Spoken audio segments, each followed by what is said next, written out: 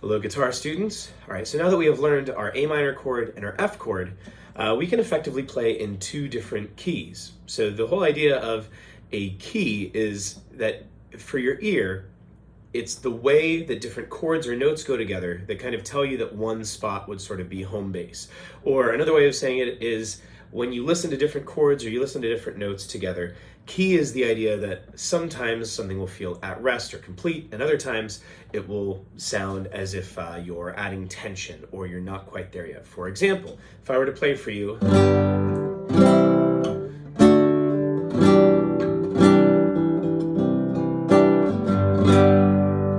that probably feels done or finished, right? That's because this is the chord that represents that particular key I played in. So why does it matter that we can play in two different keys? You can play in the key of G, which is usually going to use the first four chords that we learned, G, C, D, and E minor. And then we can now play in the key of C, which is going to use C, F, our new chord, G, and A minor, other new chord. Well, one, it's going to let us play some more songs. Two, if we learn how to use a capo, which we'll do later on in the semester, it's going to basically let us move to even more different keys and play some songs that use chords that we don't even know.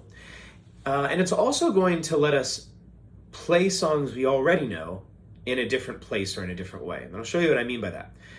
It's not the notes or the chords that make a song sound like a song. It's the relationship between notes to notes or chords to chords. And I'll show you what I mean. If I were to play Country Roads right now, this is the melody in the place that we originally learned it in the key of G, and I'm just going to fill it out a little bit with some chords so that you can kind of hear it.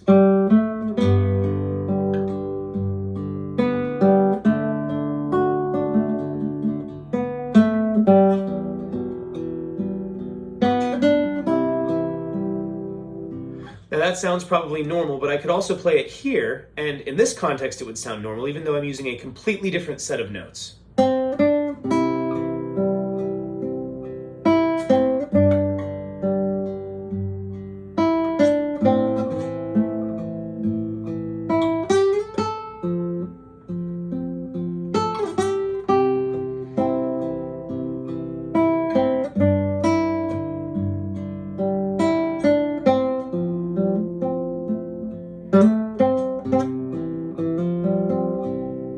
So that's completely different, right?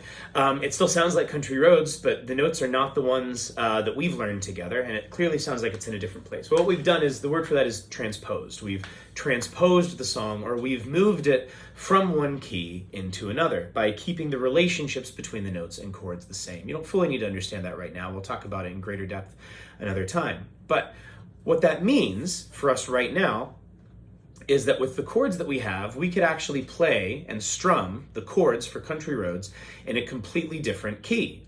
So we learned it right now originally with G, D, E minor, C. We could play that same song with C, G, A minor, and F, and I'll show you what that looks like.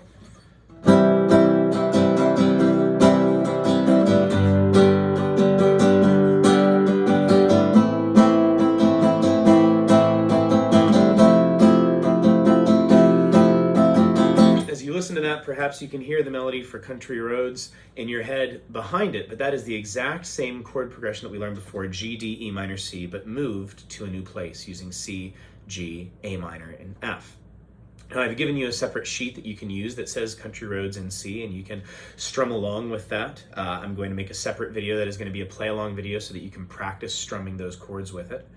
But what I want you to understand about how we did this is we basically replaced certain chords, and we'll talk later in the semester about how we determine which chords to replace and why. But every time we had a G chord previously, now we play a C instead. Every time we had a D chord previously, now we play a G instead. Every time we had an E minor chord previously, now we play A minor instead. And every time we had a C chord previously, now we play an F instead. And that's going to move our song. So it's still going to sound like the essence of Country Roads, but it's going to take us into a new key and let us practice our new chords in a context we're already familiar with. Happy practicing.